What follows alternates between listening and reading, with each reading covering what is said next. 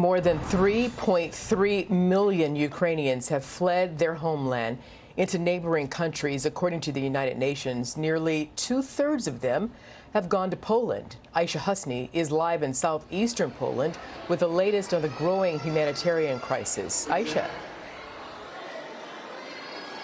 Arthel, good afternoon to you. If there was one word that I could use to describe the mood of this train station right now, it would be exhaustion. People are exhausted. I've seen people sit down, finally find a corner to sit down and just breathe a sigh of relief. I'm watching babies crying in their mother's arms. They've had a long, arduous journey. And take a look around. Another train has just dropped off even more refugees who are now looking for a way into the city, getting on board a bus, going into a nearby refugee center. For many of these people, this is the first time they're feeling safe. And just getting here, getting to this point was extremely, extremely dangerous. So a humanitarian corridor, we know, for evacuations and supply deliveries in Ukraine's Luhansk region was opened up this weekend. That was a moment of good news. It comes after days of indiscriminate attacks on eastern Ukrainian cities from the Russians. But that doesn't necessarily mean that the journey for everyone has been safe.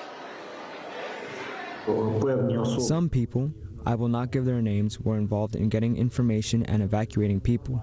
They found themselves under fire. There are casualties among them, unfortunately. They were evacuating people.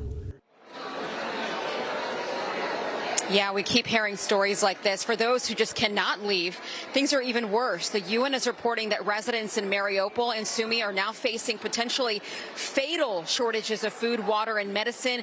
In Odessa, officials are pleading for food for their 450,000 residents. Stockpiles of UN aid is getting across the border into Ukraine to those teams that are embedded inside. But aid workers there, Arthel, are struggling mightily to reach the displaced. Oftentimes, they're having to take cover, too, take shelter with the Ukrainians themselves under those constant air raids. There has been a flurry of congressional activity here on the ground. Two delegations, one on the Senate side, one on the House side.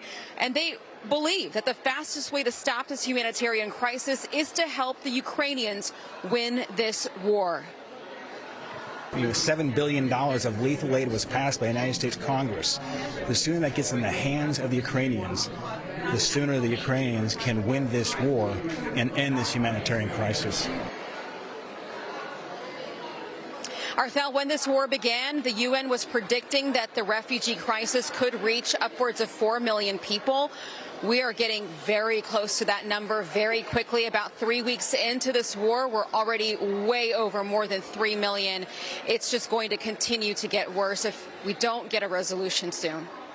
Arthel. Yeah, you're right, Aishah. And, you say the key adjective there is exhaustion. I can't imagine the folks who just arrived on that train that you saw in your shot, you showed in your shot, day 25. So their journey, I cannot imagine that arduous, horrible, just unthinkable journey to get there.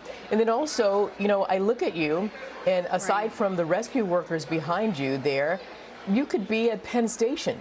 Yet this train station is full of people who don't even know where they're going. They don't want to be there. Exactly. Exactly. And you do see the sort of lost look on their face when they get here. I mean, they're extremely confused, exhausted, tired, don't know what's going to happen next. I mean, shell-shocked, you could say. They've left everything behind, carrying whatever they can. I mean, you just look around. They're carrying a purse, maybe a baby bag, maybe one more backpack full of clothes for the kids. And I've seen the actual refugee centers. It's hard to show you inside those refugee centers because they're trying to protect the privacy of these people. They're trying to continue to keep the dignity for these people. But I've seen it with my own eyes. And Arthel, I don't know that you or I mean, it's just very difficult to see because all you see in these refugee centers are just cots lined up across the warehouses, and that is all they have, that cot. That is their personal space. Anything they can fit on that cot, that's theirs. There's no privacy. People are sleeping right next to each other, eating on their cots. playing with their children on their cots. They're using public restrooms. I mean, there is no privacy, and it's just a very difficult situation without any end in sight. They have no idea when they're going to be able to go back. Yeah. No, easy for us to say that they should not worry about their dignity. And what I mean by that, they are a group of people with the utmost so important example of dignity, better than most of us. Aishah, thank you very much. Hey, Sean Hannity here. Hey, click here to subscribe to Fox News YouTube page and catch our hottest interviews and most compelling analysis. You will not get it anywhere else.